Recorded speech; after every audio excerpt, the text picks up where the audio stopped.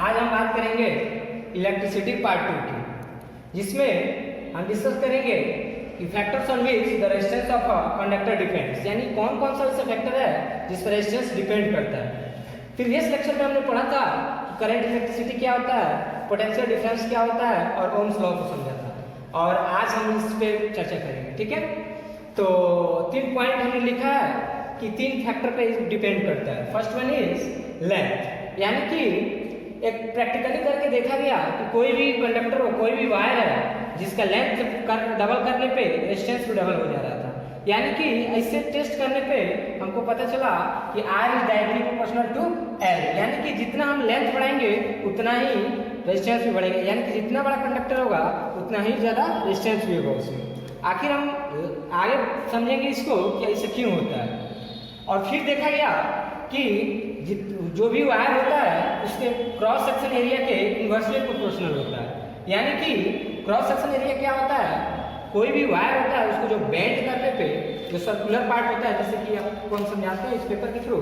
मान लीजिए एक पेपर है और इसको हमने बेंड किया, ठीक है, सर्कुलर वे में जब बेंड किया तो यहाँ पे ऐसे बन रहा है, यानी थिकनेस को बोलते हैं क्रॉस सेक्शन एरिया, थिकनेस को। तो देखा गया कि जितना क्रॉस सेक्शन एरिया ज़्यादा है रेजिस्टेंस उतना ही कम है, यानी कि जितना मोटा वायर होगा उसका रेजिस्टेंस उतना ही कम होगा। आज तक हम लोग यही समझते थे कि मोटा वायर है तो ज़्यादा करंट खींचेगा, ज़्यादा वोल्टेज खींचेगा, लेकिन ऐसा कुछ नहीं है। देखिए इसी रूल से निकल समझ में आता है कि क्रॉस सेक्शन एरिया जितना ज़्यादा होगा उतना ही रेजिस्टेंस कम होगा। रेजिस्टेंस क्या होता है? Resistance is the property to resistance is ability of to opposition the charge, opposite मतलब अपोज करता है चार्ज को फ्लो होने से, ठीक है ना। तो देखते हैं फिर I directly inversely proportional to 1/a, यानी कि एरिया, ठीक है ना। तो जब प्रोपोर्शनैलिटी साइन हटाते हैं, इक्वल में बदलते हैं, तो कोई एक कांस्टेंट आके लगता है, तो यही कांस्टेंट रो लगा है जिसको हम रेजिस्टिविटी भी बोलते हैं, कांस्टेंट प्रोपोर्शनैलिटी, ठीक है। अब यहीं से रेजिस्टिविटी का निर्माण होता है कि आखिर रेजिस्टिविटी क्या होता है, अब यही से हम लोग समझेंगे, ठीक है। तो रेजिस्टिविटी को हम समझते हैं, it is a characteristic property of material, यानी कि किसी भी मटेरियल का ये डिपेंड करता है कि कोई भी वायर है किस चीज़ का बना हुआ है। जैसे कि बहुत सारा वायर बनता है आपको मार्केट में अवेलेबल है, कॉपर का है, सिल्वर का है, एल्युमिनियम का है, ढेर सारा अवेलेबल है, ठीक है। तो उस हर एक वायर का अपना अपना रेजिस्टिविटी होता है, ठीक है ना। तो जो भी वायर होगा अपना अपना रेजिस्टिविटी रखता है, तो जिसका भी रेजिस्टिविटी का वैल्यू सबसे कम होगा यानी कि करंट उतना ही कम अपोज करेगा, और जिसका रेजिस्टिविटी वैल्यू ज़्यादा होगा करंट को ज़्यादा अपोज करेगा, करंट को जाने नहीं देगा, ठीक है। तो अब फिर एक और पॉइंट दिया हुआ है, the metals and alloys have very low resistivity in the range of 10⁻⁸ ओम होता है। अब देखिए यहाँ पे मेटल्स को हम जानते हैं गुड कंडक्टर ऑफ इलेक्ट्रिसिटी होता है, और एलॉयज भी होता है। एलॉयज क्या होता है? एलॉय उसको बोलते हैं जो ढेर सारे मेटल्स को मिला के एक सिंगल एलिमेंट बनाया जाए, सिंगल सब्सटेंस बनाया जाए, उसी को हम लोग एलॉय बोलते हैं। जैसे कि आप पीतल का नाम सुने होंगे, उसमें कॉपर भी रहता है, जिंक भी रहता है, सबको मिला के एलॉय बनता है, ठीक है। तो इसका रेजिस्टिविटी वैल्यू बहुत कम होता है, 10⁻⁸ में होता है, ठीक है ना। तो इसके लो रेजिस्टिविटी के कारण गुड कंडक्टर ऑफ इलेक्ट्रिसिटी होता है, ठीक है ना। अब आगे हम बढ़ते हैं। अब हम समझते हैं कि आखिर रेजिस्टेंस क्या होता है, रेजिस्टिविटी क्या होता है। दोनों चार्ज को ही अपोज करता है। फिर डिफरेंस क्या है? What is the basic difference between resistance and resistivity? तो रेजिस्टेंस को सिंपली पहले R से डिनोट करते हैं और रेजिस्टिविटी को रो से डिनोट करते हैं, ठीक है। अब देखिए resistance it is the ability of conductor to oppose current, यानी करंट को अपोज करता है ये भी, और ये भी करंट को अपोज करता है। बस बेसिक डिफरेंस ये है कि रेजिस्टेंस लेंथ और एरिया पे डिपेंडेंट होता है, डिपेंड करता है, और रेजिस्टिविटी लेंथ और एरिया से उससे कोई मतलब नहीं है, वो डायरेक्टली किसी भी मटेरियल पे डिपेंड करता है। It depends on only material, यानी किस चीज़ का बना हुआ है वो, ठीक है। जैसे कि कॉपर का अपना रेजिस्टिविटी होता है, ब्रॉन्ज का अपना रेजिस्टिविटी होता है, हर एक कंडक्टर का अपना अपना जिस भी चीज़ का मटेरियल का बना हुआ हो उसका रेजिस्टिविटी अलग अलग होता है, ठीक है।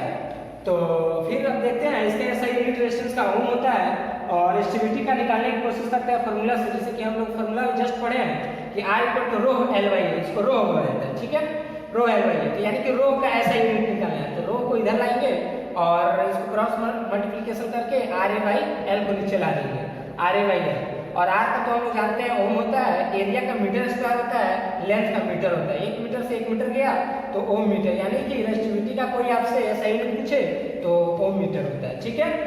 अब हम बात करेंगे, नेक्स्ट टॉपिक मेरा रहेगा कॉम्बिनेशन ऑफ रेजिस्टर या रेजिस्टेंस, यानी कि हम लोग सर्किट में रेजिस्टेंस को ऐसे डिनोट करते हैं, दिखाते हैं कि जहां पर भी लिखा होगा इसका मतलब है कि रेजिस्टेंस है। रेजिस्टेंस क्या है? रेजिस्टेंस कोई भी इलेक्ट्रॉनिक डिवाइस हो सकता है, यानी कि इसकी जगह पे बल्ब हो सकता है, फैन हो सकता है, मोटर हो सकता है, फ्रिज हो सकता है, वॉशिंग मशीन हो सकता है, यानी कोई भी इलेक्ट्रॉनिक डिवाइस है, लेकिन हम उसका फिगर तो नहीं बनाएंगे सर्किट में, इसलिए उसको सिंपली रेजिस्टेंस को ऐसे डिनोट करके समझा जाता है कि यहाँ हो सकता है कोई बल्ब लगा हो, कोई कुछ भी फैन लगा हो, इसीलिए रेजिस्टेंस को ऐसे डिनोट करते हैं। अब हम बात करते हैं कि रेजिस्टेंस का ढेर सारा कॉम्बिनेशन हो, जुड़ा हुआ हो, तो किस किस तरीके से उसको जोड़ सकते हैं। तो दो मेथड होता है, एक तो सीरीज कॉम्बिनेशन और एक पैरेलल कॉम्बिनेशन। अब एक एक करके हम समझेंगे कि आखिर सीरीज कॉम्बिनेशन क्या होता है और पैरेलल कॉम्बिनेशन क्या होता है। तो बात करते हैं पहले सीरीज कॉम्बिनेशन की। तो सीरीज कॉम्बिनेशन में कोई भी रेजिस्टेंस एक सीरीज में जुड़ा हुआ होता है, यानी कि मान लीजिए कि R1 रेजिस्टेंस है, ये R2 रेजिस्टेंस है, R3 है, R1 R2 R3 इसलिए मैंने लिखा है कि 5 ओम का हो सकता है, 10 ओम का हो सकता है, 15 ओम का हो सकता है, कुछ भी हो सकता है, अलग अलग हो सकता है, ठीक है। इसको हम काके एक सेल से कनेक्ट कर दिए जिसका वोल्टेज V है। अब देखिए यहाँ से करंट पास होना शुरू करेगा, करंट आया और यहाँ से I है, यहाँ पे भी करंट I आएगा, यहाँ पे भी करंट I पहुंचेगा, तीनों में इक्वल करंट पहुंचेगा।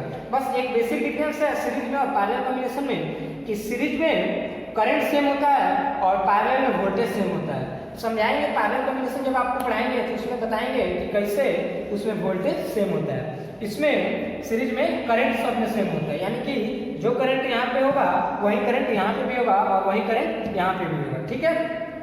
इसमें वोल्टेज का डिस्ट्रीब्यूशन हो जाता है, यानी कि आप थोड़ा सा समझिएगा लॉजिकली कि यहाँ से मान लीजिए कि 10 वोल्ट का बैटरी था, 10 वोल्ट यहाँ से निकलना शुरू हुआ और यहाँ पे कोई एक रेजिस्टेंस लगा हुआ, मान लीजिए कि यहाँ पे एक बल्ब लगा हुआ है, बल्ब लगा हुआ है, यानी कि यहाँ से जब वोल्टेज आएगा तो ये कुछ वोल्टेज को कंज्यूम करेगा, यानी कि मान लीजिए कि 5 ओम का कोई रेजिस्टेंस लगा हुआ है, हो सकता है 2 वोल्ट कंज्यूम कर ले, तो जो बचेगा 13 वोल्ट बचा, 13 वोल्ट को ही पास करेगा, इसलिए वोल्टेज इसमें अलग अलग होता है। यानी कि यहाँ पे आया 15, 2 वोल्ट कंज्यूम कर लिया और यहाँ से 30 वोल्ट पास कर दिया, फिर यहाँ पे आया, फिर यहाँ पे कुछ कंज्यूम होगा और ये कुछ कंज्यूम करके जितना बचेगा, मान लीजिए कि 10 वोल्ट बचा तो इसके पास भेज देगा, यानी कि तीनों का वोल्टेज डिफरेंट है।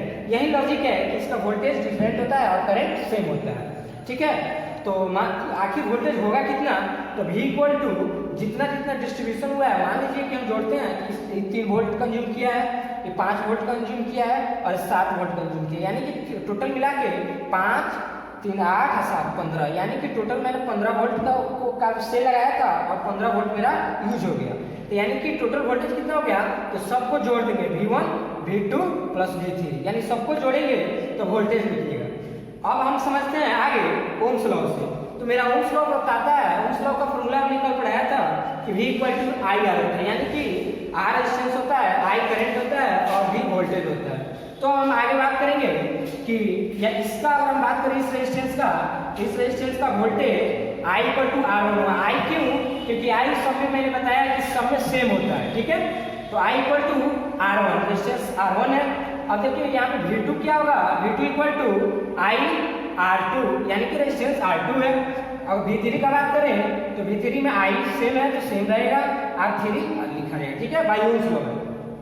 अब समझते हैं कि अब इसी का एक इक्विवेलेंट रेजिस्टेंस अगर हमको लाना हो, मतलब कि इक्विवेलेंट का मतलब क्या हुआ कि तीनों मिल के जितना वोल्टेज करंट ड्रॉ कर रहा था, करंट को ड्रॉ कर रहा था, सिंगल रेजिस्टेंस को कितना ओम का रेजिस्टेंस ला के रखें कि वो अकेले उतना करंट को ड्रॉ करें, यानी कि उतना ही वोल्ट का बैटरी लगाएं तो उतना ही करंट को ड्रॉ करोगे। ठीक है, इक्विवेलेंट का मतलब यही होता है, यानी कि तीनों के जगह पे, तीनों रेजिस्टेंस की जगह पे एक ऐसा सिंगल रेजिस्टेंस ला के रखना है जिससे कि सबके बराबर एक ही रेजिस्टेंस हो। तो इसको मैंने V वोल्ट से कनेक्ट किया है, इसमें भी करंट I आ रहा है, करंट का फ्लो I है, और इसमें R1 R2 R3 था तो इसमें RS मैंने लिखा है, यानी कि resistance equivalent resistance of series, S से सीरीज है। ठीक है, तो इसका अगर हम V का बात करें तो V इक्वल टू IR होता है, तो I और R की जगह पे RS, यानी कि इक्विवेलेंट रेजिस्टेंस ऑफ सीरीज। ठीक है, अब फिर हम देखते हैं कि V की जगह पे हमने IRS रख दिया, IRS यानी कि इक्विवेलेंट रेजिस्टेंस ऑफ सीरीज। अब हम बात करते हैं V की जगह पे इसका वैल्यू रख दिया मैंने, V1 V2 V3 का वैल्यू पुट करेंगे, यानी V1 की जगह पे हमने क्या लिखेंगे IR1, यानी IR1, V2 की जगह पे IR2, V3 की जगह पे IR3। अब यहाँ से दिख रहा होगा आपको सब में I है, यानी कि I को कॉमन करेंगे, निकाल देंगे बाहर तो R1 R2 R3 बचेगा, और I से I को कट कर देंगे तो RS यानी कि equivalent resistance of series equal to R1 R2 plus R3। तो यहाँ से एक आपका फॉर्मूला निकल के आता है इक्विवेलेंट रेजिस्टेंस ऑफ सीरीज, यानी इसका मतलब ये हुआ कि कोई भी आपका 4 हो 5 हो कितना भी रेजिस्टेंस हो सकता है, आप सोच रहे हो कि उसके जगह पे सिंगल एक ही रेजिस्टेंस का यूज करने के लिए, तो उसके जगह पे सारे को कंबाइन कर दीजिए, सिंपल ऐड कर दीजिए, और उतना उनका रेजिस्टेंस आप लगा सकते हैं। जैसे कि एग्जांपल के लिए मान लीजिए 5 ओम का है, 5 ओम है, ये 10 ओम है और ये 15 ओम है, यानी कि 15 5 20 और 10 30 ओम, यानी कि टोटल मिला के 30 ओम है, और इसकी जगह पे आप चाहें सिंगल एक रेजिस्टेंस ला कर रखने के लिए तो आप 30 ओम का रेजिस्टेंस लगा देंगे और उतना ही वोल्ट का बैटरी लगाएंगे तो करंट उतना ही ड्रॉ होगा। अब हम समझेंगे, नेक्स्ट मेरा टॉपिक रहेगा पैरेलल कॉम्बिनेशन। तो आइए अब हम बात करते हैं पैरेलल कॉम्बिनेशन की, यानी कि ये भी एक सीरीज कॉम्बिनेशन की तरह ही है, बस इसमें बेसिक डिफरेंस ये है कि इसमें वोल्टेज सेम होता है और उसमें करंट सेम होता है। इसमें करंट का डिस्ट्रीब्यूशन होता है और उसमें वोल्टेज का डिस्ट्रीब्यूशन होता है। आइए समझते हैं कि करंट का डिस्ट्रीब्यूशन आखिर होता कैसे है। मान लीजिए कि कोई 3 रेजिस्टेंस है R1 R2 और R3, तीनों को मैंने पैरेलल कंबाइन किया हुआ है और तीनों को एक सेल V वोल्ट के सेल से ला के जोड़ दिया है। ठीक है, अब यहाँ से I करंट का ड्रॉ हुआ है, I करंट आएगा और आते आते यहाँ पे एक जंक्शन बिठा है, इसको इसी जंक्शन से ये डिस्ट्रीब्यूट होना शुरू हो जाएगा। इधर I1 जाएगा, इस रास्ते से I2 जाएगा और इस रास्ते से I3 जाएगा। ठीक है, यहाँ पे वोल्टेज सेम होता है, मैंने जैसे बताया है कि यहाँ पे पैरेलल में वोल्टेज सेम होता है। वोल्टेज सेम क्यों होता है, क्योंकि यहाँ से 10 वोल्ट का, मान लीजिए एग्जाम्पल के तौर पे कि 10 वोल्ट का सेल है, 10 वोल्ट यहाँ से निकलेगा, यहाँ तक भी 10 वोल्ट, यहाँ तक भी 10 वोल्ट, और इसी दोनों एंड से तीनों रजिस्टर ज्वाइंट हुआ है, तो इसीलिए इसका वोल्टेज सेम होगा, तो इसमें वोल्टेज का डिस्ट्रीब्यूशन नहीं होता है। और हम चाहें तो इसका इक्विवेलेंट रेजिस्टेंस देखने के लिए तो हम देखते हैं इसका इक्विवेलेंट रेजिस्टेंस क्या होगा। इक्विवेलेंट रेजिस्टेंस का मतलब क्या हुआ कि आप इस तीनों की जगह पे एक सिंगल इक्विवेलेंट लगाना चाहें, एक सिंगल रेजिस्टेंस यूज करना चाहें तो आप कितना लगा सकते हैं। मान लीजिए एग्जांपल के तौर पे ये 10 ओम का है, 5 ओम का है और एक 15 ओम का है। इस तीनों की जगह पे आप चाह रहे हैं कि एक सिंगल अपना रेजिस्टेंस लगाने के लिए तो कितना लगा सकते हैं। तो देखते हैं, कुछ डिराइव करते हैं फॉर्मूला क्या कितना आएगा। तो इसमें I जो तीनों डिस्ट्रीब्यूट हुआ है वो I का वैल्यू क्या होगा, तो I1 plus I2 plus I3, क्योंकि मान लीजिए कि इसमें से 10 एम्पियर का करंट निकल रहा है तो 10 एम्पियर का करंट एक तीनों में बटेगा। मान लीजिए कि 2 एम्पियर लिया हो, एक 5 एम्पियर लिया हो और 3 एम्पियर लिया हो, तो यानी कि 5 2 7 और 3 10, यानी कि टोटल मिला है तब जाके मेरा एक करंट पूरा हो रहा है, यानी कि I का value I1 plus I2 plus I3 होगा। ठीक है, अब हम बात करते हैं बाई ओम्स लॉ के थ्रू। बाई ओम्स लॉ हमने कल ओम्स लॉ पढ़ा हुआ था कि V इक्वल टू IR होता है, where I is current and R is resistance. तो अब यहाँ से हमें I का वैल्यू निकालना है, तो I का वैल्यू सब्स्टिट्यूट करेंगे तो V बाई R को उधर भेज देंगे तो V बाई R हो जाएगा। I का वैल्यू मैंने इसलिए निकाला क्योंकि यहाँ पे I का वैल्यू वेरिएबल है, I1 I2 I3 है, V का वैल्यू सेम है। तो अब I1 का वैल्यू कितना हो जाएगा, तो V बाई R1। V क्यों है, क्योंकि V सब में सेम है, सब में V ही होगा और सिर्फ R1 का वैल्यू चेंज होगा। तो V बाई R1, वैसे ही I2 equal to V by R2, I3 equal to V by R3। अब हम बात करते हैं सिंगल इक्विवेलेंट में क्या होगा।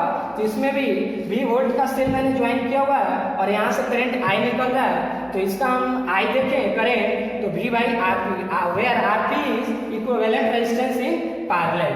तो अब हम बात करते हैं इस तीनों का वैल्यू इक्वेशन फर्स्ट में पुट करते हैं। तो V को I की जगह पे हम क्या पुट कर सकते हैं, V बाई RP। तो V बाई RP यहाँ पे रख दिए और I1 की जगह पे क्या रख सकते हैं, तो I1 की जगह पे V बाई R1 रख सकते हैं, I2 की जगह पे क्या रख सकते हैं, तो V बाई R2 रख सकते हैं, और I3 की जगह पे क्या रख सकते हैं, तो V बाई R3 रख सकते हैं। ठीक है, अब यहाँ पे आपको दिख रहा होगा सब में V कॉमन है, तो उसको बाहर निकाल के और V से काट देंगे तो बचेगा 1 by R1 plus 1 by R2 plus 1 by R3।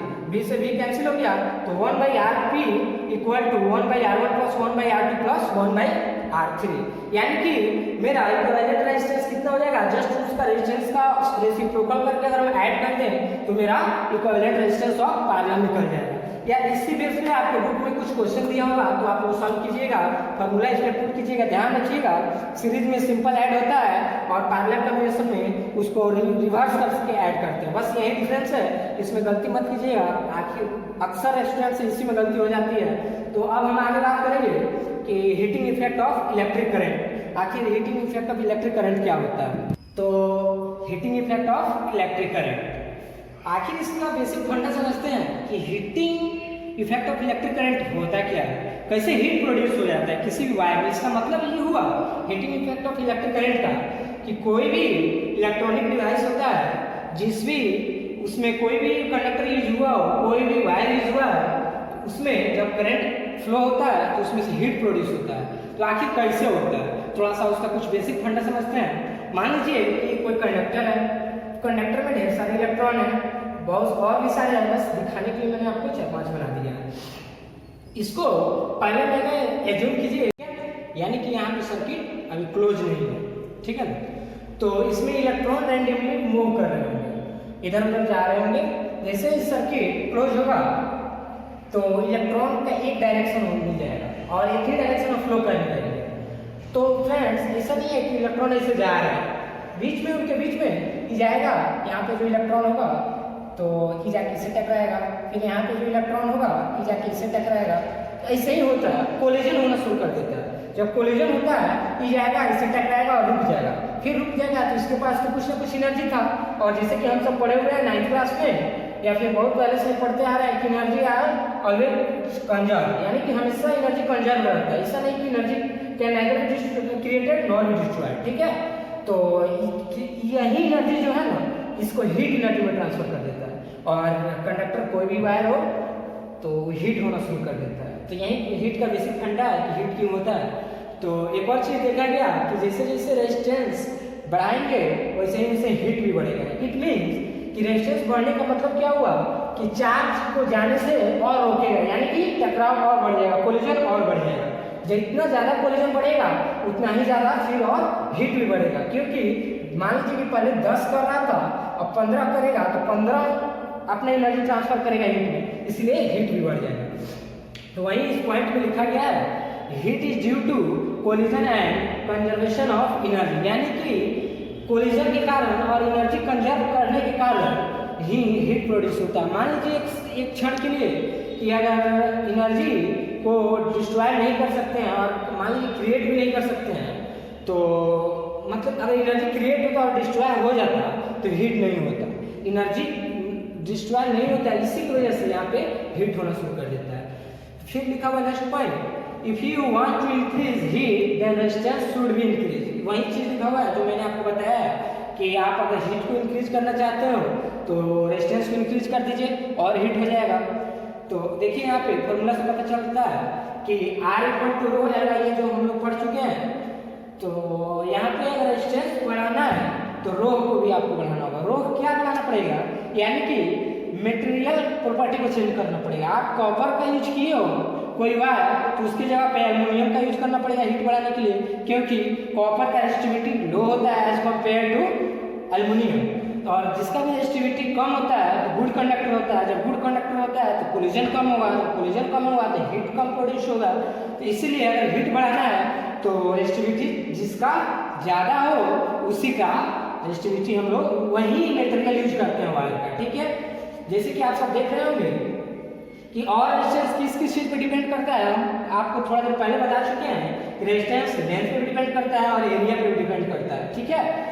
तो एक आप देख रहे होंगे ऐसे सर्कुलर कॉइल है, ठीक है ना, ये सर्कुलर कॉइल दिख रहा होगा। तो इसलिए मैंने इसको ड्रॉ किया है ताकि आप समझ सकें कि अगर लेंथ बढ़ाने से भी रेजिस्टेंस बढ़ता है, और आप लेंथ को बढ़ा दें तो रेजिस्टेंस बढ़ता है। तो लेंथ बढ़ाने का एक ही तरीका है, अगर इसको कॉइल बेंड न किया जाए और इसी को हम सीधे सीधे लंबा दें, स्ट्रेच कर दें, तो ये बहुत लंबा चला जाएगा। और किसी भी इलेक्ट्रॉनिक डिवाइस में उतना बड़ा वायर लगाना इम्पॉसिबल है, क्योंकि उतना बड़ा वो होता ही नहीं है इलेक्ट्रॉनिक डिवाइस। मान लीजिए आप आयरन की बात करें तो आयरन होता है इतना बड़ा, तो इतना बड़ा में उतना लंबा तार कहाँ से लाएंगे आप? तो उसी को कॉइल करके, कॉइलिंग करके और स्पाइरल टाइप का बनाया जाता है, ये स्पाइरल इसको बोलते हैं। जैसे आपके कॉपी कोई आप कॉपी खरीदते होंगे तो उसके पीछे कवर पे ऐसे रहता होगा, ठीक है ना, सबसे कॉर्नर पे, तो ये स्पाइरल है। इसलिए स्पाइरल के फॉर्म में बना के, ताकि इसका लेंथ भी ज़्यादा होगा, इतना ही में इतना ही दूर में इतना लेंथ का स्पाइरल हो गया, ठीक है। और एरिया कम कर दिया, यानी क्रॉस सेक्शन यहाँ पतला कर दिया, एकदम पतला करके, तब रेजिस्टेंस आपका बढ़ जाएगा।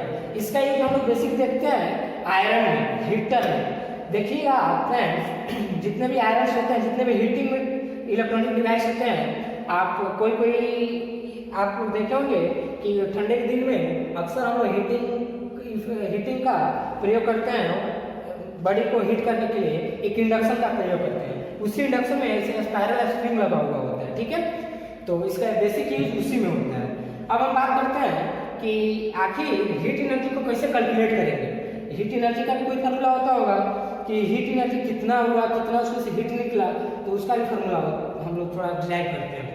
तो देखिए हीट क्या होता है, हीट एक एनर्जी का फॉर्म है, और एनर्जी क्या होता है, the capacity of doing work, यानी कि वर्क करने की जो कैपेसिटी होती है वही एनर्जी होती है, ठीक है।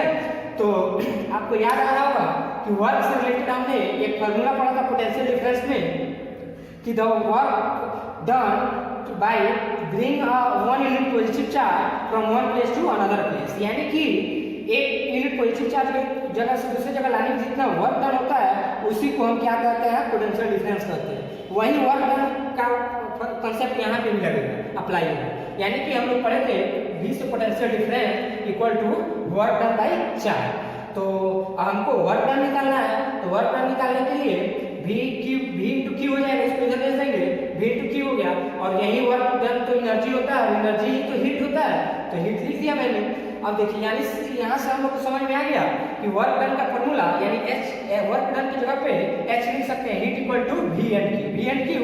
अब इसी से 3-4 फॉर्मूला हम लोग डिराइव कर सकते हैं। आप लोग जानते हैं स्टार्टिंग में हमने पढ़ाया था आप लोग को I equal to Q by T, electric current line, ठीक है। तो Q की जगह पे हम सब्स्टिट्यूट करेंगे कि Q I इंटू टी, ठीक है। तो V Q की जगह पे I इंटू टी रख दें। फिर आते हैं बाइवन्स लॉ के थ्रू कि V equal to I R होता है। अगर हम चाहें यहाँ पे V की जगह पे आई आर रखने के लिए, तो देखिए क्या बनता है, पहले से एक तो आई टी है और फिर एक और आई आर आ जाएगा, तो आई स्क्वायर आर टी बन जाएगी। तो ये फॉर्मूला हो गया, एक ई हो गया, एक ई हो गया और एक ई हो गया। फिर एक और देखते हैं कि V equal to I R है, इसमें से हम चाहें आई का वैल्यू V बाई आर रख सकते हैं। V बाई जब आर हो गया तो इस V बाई आर को इस फॉर्मूला में रखेंगे तो क्या बन जाएगा, V पहले से है, I की जगह पे V बाई आर रख देंगे और T की जगह पे T रहेगा, यानी कि V square V into V square R V square T by R, यानी कि यहाँ से 3-4 फॉर्मूला ड्राइव हो गया। और इसी पे न्यूमेरिकल बेस्ड क्वेश्चन आते हैं, तो आपको ये देखना होगा कि न्यूमेरिकल में क्या पूछ रहा है, क्या गिवन दिया होगा, उसी के हिसाब से आप इसमें से फॉर्मूला पुट करेंगे। मान लीजिए जस्ट कि आपके क्वेश्चन में दिया हुआ है V का वैल्यू दिया हुआ है, I का वैल्यू दिया हुआ है, T का वैल्यू दिया हुआ है, तो H पूछ रहा है, यानी कि आपको इस फॉर्मूला का यूज करना है। मान लीजिए आपके क्वेश्चन में V का वैल्यू दिया हुआ है और R का वैल्यू दिया हुआ है और H का वैल्यू दिया हुआ है, T पूछ रहा है कितने टाइम में, तो आप इस फॉर्मूला का यूज करेंगे। तो ऐसे ही आप अपने हिसाब से अपने कन्वीनियंस के थ्रू आप यूज कर सकते हैं। फिर आगे बढ़ते हैं कि नेक्स्ट टॉपिक है हमारा application heating effect, principal application of heating effect. तो practical application of heating effect of electric current, यानी कि heating effect of electric current जो हमने पढ़ा है उसका एप्लीकेशन क्या है, एप्लीकेशन मीन्स होता है यूज, उसका यूज क्या है। तो दो यूज हमने लिखा है, in an electric bulb to produce light. आप देख रहे होंगे आपके घर में जो लाइट जल रहा है, आजकल तो एलईडी बल्ब जल रहा है, उसमें तो दिखाई नहीं पड़ेगा, लेकिन पहले रेड कलर का जो बल्ब जलता था, येलो कलर का, सॉरी येलो कलर का, जो 100 वाट का होता था फिलामेंट वाला बल्ब, तो उसमें आप लोग देखिएगा एक ऐसे स्पाइरल करके बहुत बहुत कंजेस्टेड ऐसे ऐसे फिलामेंट लगा हुआ होता था। ये नाइक्रोम का बना हुआ होता है, नाइक्रोम, नाइक्रोम एक मेटल है,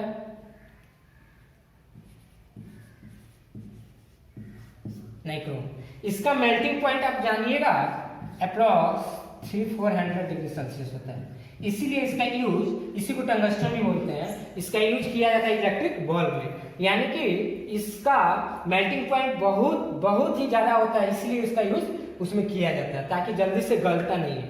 और ये क्या करता है, ये बहुत मतलब इसका रेजिस्टेंस बहुत ज्यादा हो गया। हमने बताया था कि इसका लेंथ बढ़ गया इतना ही दूर में, जब लेंथ बढ़ गया तो हीट ज्यादा प्रोड्यूस करेगा, जब हीट प्रोड्यूस करता है तभी तो आपको दिखता है, तभी तो वो जलता है, ग्लो करता है, लाइट इमिट करता है, ठीक है। सेकेंड पॉइंट क्या है, in the case of flow of higher voltage then specified fuse wire melts and protect the electric appliance. जैसे कि आप लोग घर में वायरिंग हुआ होगा, वायरिंग में आप लोग देखते होंगे कि एक मेन बोर्ड होता है, उसमें फ्यूज लगा हुआ होता है। उस फ्यूज का क्या काम होता है कि जैसे ही वोल्टेज ज्यादा बढ़ जाता है, आवश्यकता से ज्यादा, कभी कभी ऐसा होता है कि वोल्टेज में फ्लक्चुएशन होता है, यानी घटता बढ़ता रहता है, तो जैसे ही कभी ज्यादा बढ़ जाए तो उसको प्रोटेक्ट करने के लिए आपके घर में बहुत सारा चीज लगा होगा, पंखा लगा होगा, चार्जर लगा होगा, उसको प्रोटेक्ट करने के लिए फ्यूज खुद मेल्ट हो जाता है, यानी गल जाता है। फ्यूज का मेल्टिंग पॉइंट बहुत ही कम होता है, जैसे ही थोड़ा सा वोल्टेज ज्यादा बढ़ेगा तो मेल्ट कर जाएगा, ठीक है। तो वो क्या करता है, हमको प्रिवेंट करता है, उस चीज से बचा देता है कि हमारा कोई भी चीज जले नहीं, ठीक है। तो इस चैप्टर खत्म हो गया। आई होप आपको अच्छा लगा होगा, अगर आपको अच्छा लगा हो तो वीडियो के कमेंट सेक्शन में जाके बताएं वीडियो कैसे लगा, और घर पे रहिए, पढ़ते रहिए और एंजॉय कीजिए।